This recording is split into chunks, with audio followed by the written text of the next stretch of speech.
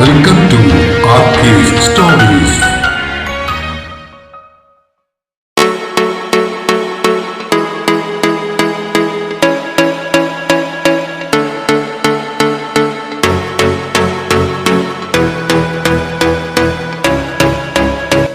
സേറയുടെ ഉത്തമഗീതം ഭാഗം 1. രസകരവും മനോഹരവുമായ ഒരു പ്രണയകഥയാണ്. എല്ലാവർക്കും ടെൻഷൻ ഫ്രീ ആയിട്ട് കേൾക്കാൻ സാധിക്കുന്ന ഒരു ഫീൽ ഗുഡ് സ്റ്റോറി. കഥ കേട്ട് ഇഷ്ടപ്പെടുന്നവർ ദയവായി അഭിപ്രായം പറയണേ. കൂടാതെ ഫ്ലിപ്കാർട്ടിൽ നിന്നും മിൻട്രയിൽ നിന്നുമൊക്കെ പർച്ചേസ് ചെയ്യാൻ ആഗ്രഹിക്കുന്നവർ കഥയുടെ ഇടയ്ക്ക് കൊടുത്തിരിക്കുന്ന ലിങ്കിൽ നിന്നും ക്ലിക്ക് ചെയ്തിട്ട് സാധനങ്ങൾ വാങ്ങാൻ കൂടി പ്രത്യേകം ശ്രദ്ധിക്കണേ. Thank you. കഥയിലേക്ക്. അങ്ങനെ ഇരിക്കെ ഒരു ദിവസം കാലത്ത് ഉറക്കമുണർന്നപ്പോൾ എനിക്കൊരു വെളിപാടുണ്ടായി. ഞാൻ ഈ ഭൂമിയിൽ ജനിച്ചിരിക്കുന്നത് ഒരു പാട്ടുകാരിയാകാൻ വേണ്ടി മാത്രമാണെന്ന്. അതൊരു മധ്യവേനൽ അവധിക്ക് സ്കൂൾ അടച്ച സമയമായിരുന്നു. കിടക്കയിൽ നിന്നും ചാടി എഴുന്നേറ്റ് ഞാൻ നേരെ അമ്മച്ചിയുടെ അടുത്തേക്കാ ചെന്നത്. അമ്മച്ചി കാലത്തെ അപ്പച്ചന് കൊണ്ടുപോകാനുള്ള ചോറ് പൊതിഞ്ഞു കൂട്ടിയെടുക്കുന്ന തിരക്കിലായിരുന്നേ. വാഴയിലിൽ തന്നെ ചോറ് കൊണ്ടുപോകണമെന്നത് അപ്പച്ചന് നിർബന്ധ. ആഗ്രഹം അറിയിച്ചപ്പോ അടുപ്പത്തിരുന്ന മരത്തിന്റെ ചട്ടകം കൊണ്ടാ അമ്മച്ചി അന്ന് ആശീർവദിച്ചത്.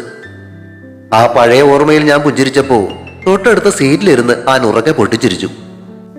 അവൾ അല്ലെങ്കിലും അങ്ങനെയാ. ചെറിയൊരു കാര്യം മതി പരിസരം മറന്നങ്ങ് ചിരിച്ചു കളയും. അതും ഒരുമാതിരി ഓയിലിടാത്ത വിജാഗിരി ഇളകും പോലുള്ള ശബ്ദത്തിലും. അപ്പുറത്തെ സീറ്റിലിരിക്കുന്നവർ അവളെ സൂക്ഷിച്ചു നോക്കുന്നുണ്ട്.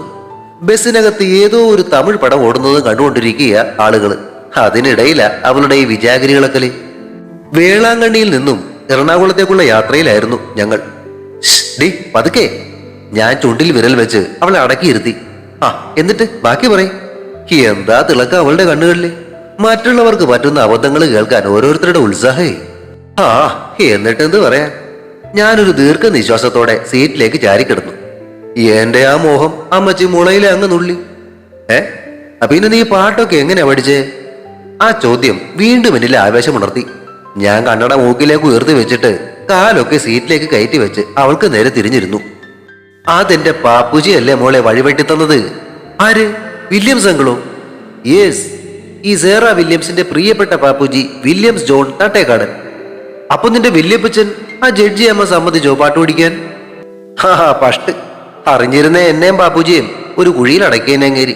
എടി വല്യപ്പച്ചനും അമ്മച്ചിക്ക് ഇന്നേ വരെ അറിയാൻ പാടില്ല എനിക്ക് പാട്ടിന്റെ അസ്കതയുണ്ടെന്ന്. കാര്യം പാപ്പുജിയുടെ അപ്പച്ചന ഹൈക്കോടതി ജഡ്ജിയായിരുന്ന സാക്ഷാൽ ജോൺ റാഫേൽ എങ്കിലും സ്വഭാവം കൊണ്ട് അങ്ങേരെ അമ്മച്ചിയുടെ അപ്പച്ചനാവേണ്ടതാ. കർത്താവിന് സംഭവിച്ച എന്തോ കയ്യബദ്ധം കൊണ്ട് അങ്ങോട്ടും ഇങ്ങോട്ടും മാറിപ്പോയതാ. മാറിപ്പോയെങ്കിൽ എന്താന്നേ, രണ്ടും ഒരു കുടുംബത്തിൽ തന്നെ വെന്ന് വെട്ടില്ലേ. അതാ ഞാനും വിവിയും സ്ഥിരം പറയാറുള്ളതാ അവളിപ്പോ പറഞ്ഞത്. പക്ഷെ ഞാൻ പാട്ട് പഠിച്ച കാര്യമൊക്കെ വിവിക്കും അറിയാൻ കേട്ടോ. എടി നീയപ്പോ വല്യപ്പച്ചനും അമ്മച്ചും അറിയാതെ എങ്ങനെയാ പാട്ട് പഠിക്കാൻ പോയത്? ട്യൂഷൻ? ട്യൂഷനോ? യെസ് മൈ ഡിയർ, അതും പാപ്പുജിയുടെ ഐഡിയ ആയിരുന്നു. വൈകുന്നേരം ക്ലാസ് കഴിഞ്ഞ് 1 മണിക്കൂർ ട്യൂഷൻ. പക്ഷേ ട്യൂഷൻ പാട്ട് ക്ലാസ്സിലായിരുന്നു എന്ന് മാത്രം. കൊള്ളാം. എന്നാലും പാടാനുള്ള മോഹവും ഉള്ളിൽ വെച്ച് നടന്നിരുന്ന നിന്നെ സിവിലിനെ വിട്ടത് എന്തായാലും മോശമായിപ്പോയി. ഗന്ധർവനെ ആ വാർക്കപ്പണിക്ക് വിട്ടതെന്ന് അവരറിയുന്നില്ലല്ലോ. അല്ലേലും ഉപമ പറയുന്നതില് ഇവള് സൂപ്പറാ. ഇതുപോലൊരെണ്ണം വീട്ടിലുണ്ട്, വിവി, എന്റെ നേരെ ഇളയത്. ഞങ്ങൾ തമ്മിൽ 10 വയസ്സിന്റെ വ്യത്യാസം ഉണ്ടെങ്കിലും പെരുമാറ്റത്തിൽ അതില്ല കേട്ടോ. അവള് പറയുക മാത്രമല്ല പ്രവർത്തിക്കുകയും ചെയ്യും. അത് ഞങ്ങൾക്കെല്ലാം മനസ്സിലായത് അവൾക്ക് 1 വയസ്സുള്ളപ്പോഴാ. നേരത്തെ പറഞ്ഞതുപോലെ അമ്മച്ചിയും വല്യപ്പച്ചനും ഒരേ സ്വഭാവമാണെങ്കിലും വല്യപ്പച്ചന് അമ്മച്ചിയെ കണ്ണെടുത്താൽ കണ്ടുകൂടാ. പുള്ളിക്കാരന്റെ ഒരേ ഒരു മകനായ വില്യംസിന് ചേർന്ന ബന്ധമായിരുന്നില്ല അമ്മച്ചിയുടേതെന്നാ പുള്ളിക്കാരന്റെ ഒരിത്. അതുപോലെ തന്നെ പാപ്പുജിയുടെ ജോലിയും പുള്ളിക്ക് അത്ര പോരാത്ത ഒന്നാ. ഒരേ ഒരു മകനെ സിവിൽ സർവീസിന് വിടണമെന്നതായിരുന്നു ജഡ്ജിയാമാന്റെ ആഗ്രഹം. പക്ഷെ എന്തു ചെയ്യാം, പാപ്പുജിയും എന്നെ പോലെ ഒരു അരവട്ടായിരുന്നു. എനിക്ക് പുള്ളിക്കാരന്റെ വക വട്ട് പകർന്നു കിട്ടിയതാണെന്ന അമ്മച്ചിയുടെ ഭാഷ്യം. പക്ഷെ സംഗതി എന്തായാലും വല്യപ്പച്ചന്റെ ആഗ്രഹപ്രകാരം കാര്യങ്ങളൊന്നും നടന്നില്ല. സിവിൽ സർവീസിന് വിടാൻ ആഗ്രഹിച്ച പൊന്നുമോൻ സ്കൂൾ ടീച്ചറാ ആയത്. എനിക്ക് പാട്ടൊരു ഭ്രാന്തായതുപോലെ പുള്ളിക്കാരന് അഭിനയമായിരുന്നു അന്ന് തലക്ക് പിടിച്ചിരുന്നതേ. എന്ന് വെച്ച് സിനിമയിലോ സീരിയലിലോ ഒക്കെ അഭിനയിക്കാൻ പോവുകയാണെന്ന് ആരും തെറ്റിദ്ധരിച്ചേക്കരുത്. അവിടെ നാട്ടിലുള്ള കൂട്ടുകാരൊക്കെ ചേർന്ന് നടത്തുന്ന ഒരു നാടകശാലയുണ്ട്. അവരവതരിപ്പിക്കുന്ന നാടകങ്ങളിൽ അഭിനയിക്കാൻ പോകലായിരുന്നു ആശാന്റെ പ്രധാന പരിപാടി. സിവിൽ സർവീസിന് പോയാൽ ആ പരിപാടി ഒന്നും നടക്കില്ലത്രേ. അതിനിടയ്ക്ക് അമ്മച്ചിയെ പ്രേമിച്ചങ്ങ് കെട്ടുകയും ചെയ്തു.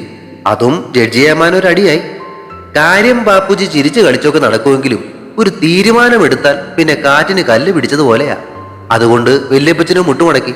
പക്ഷെ കിട്ടുന്ന അവസരങ്ങളിലൊക്കെ പുള്ളിക്കാരൻ അമ്മച്ചിയെ നാക്കുകൊണ്ട് എടുത്തിട്ടങ്ങ് ചാമ്പും. അമ്മച്ചി അതൊക്കെ പാപ്പുച്ചിക്കിട്ട് തീർക്കുകയും ചെയ്യും. പാപ്പുജി പക്ഷെ ചിരിച്ചു കൂളായി കൈയും വീശി അങ്ങ് നടക്കും. ഓ സോറി, പറഞ്ഞു വന്ന മാറ്ററിൽ നിന്നും അങ്ങ് മാറിപ്പോയോട്ടോ. വിവിയുടെ 1-ാം പിറന്നാളിന്റെ അന്നാണ് സംഭവം.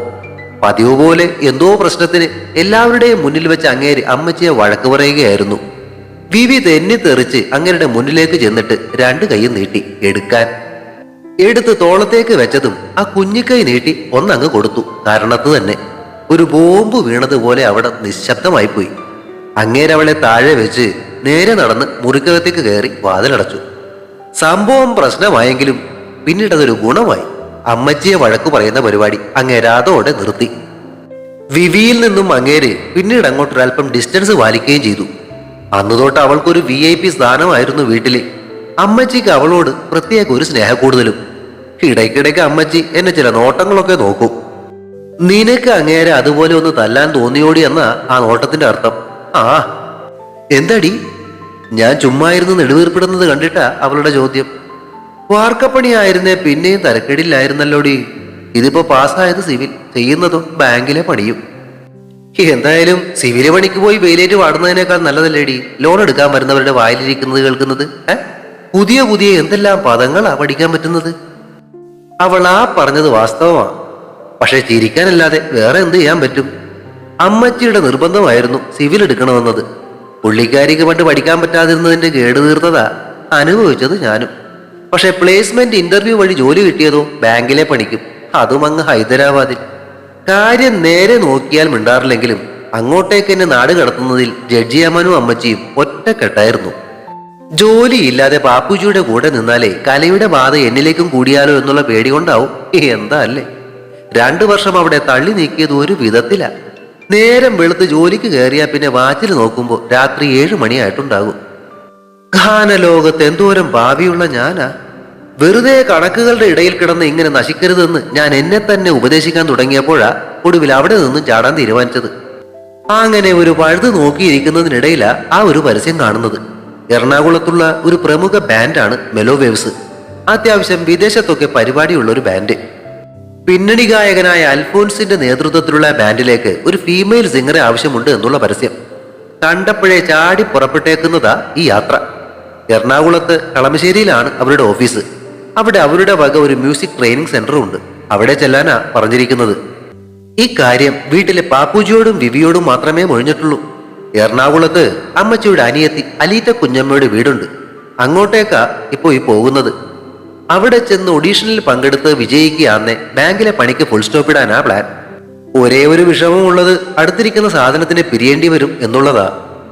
2 വർഷത്തെ പരിചയമേ ഉള്ളൂ എങ്കിലും ഓർമ്മ വെച്ച കാലം മുതലുള്ള ചങ്കായ വിജിനെ പോലെയാ ഇവളും. അവൻ പിന്നെ പ്ലേ സ്കൂളിൽ ചേർത്തപ്പോ തൊട്ടുള്ള കൂട്ടാ.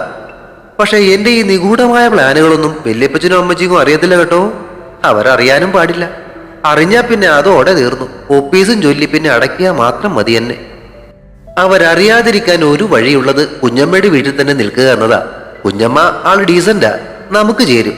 കാര്യങ്ങൾ ചെവി അറിയാതെ പുള്ളിക്കാരി നോക്കിക്കോളും. പിന്നെ അമ്മച്ചിയും വല്യപ്പച്ചനും പാട്ടും ഡാൻസും ഒന്നൊക്കെ കേട്ട അതിന്റെ 7 അയൽപക്കത്തേക്ക് വരാത്തത് കൊണ്ട് ഏതെങ്കിലും സ്റ്റേജ് ഷോക്ക് പോയാലും അതൊന്നും അറിയാനും പോകുന്നില്ല.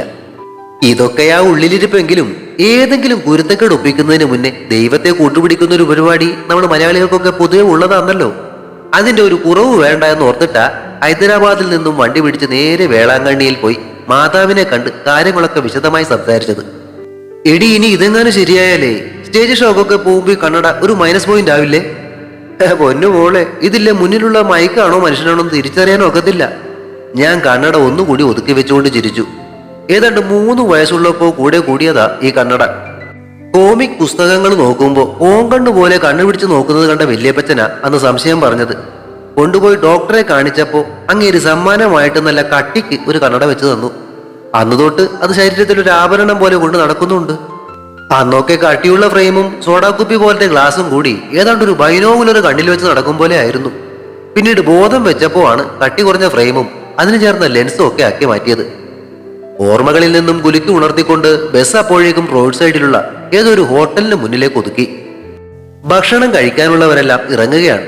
ഹോട്ടലിന് മുന്നിൽ വരച്ചു വെച്ചിരിക്കുന്ന ഭക്ഷണങ്ങളുടെ കമനീയ ശേഖരം കണ്ട് വായിൽ വെള്ളവും നിറച്ചുകൊണ്ട് ആ കൂട്ടത്തിൽ ഞങ്ങളും അങ്ങ് ഇറങ്ങി. തുടരും. സേറയുടെ ഉത്തമഗീതം അടുത്ത ഭാഗം ഉടൻ പ്രതീക്ഷിക്കുക. സബ്സ്ക്രൈബ് ചെയ്യാത്തവരുണ്ടെങ്കിൽ ദയവായി സബ്സ്ക്രൈബ് ചെയ്യണേ.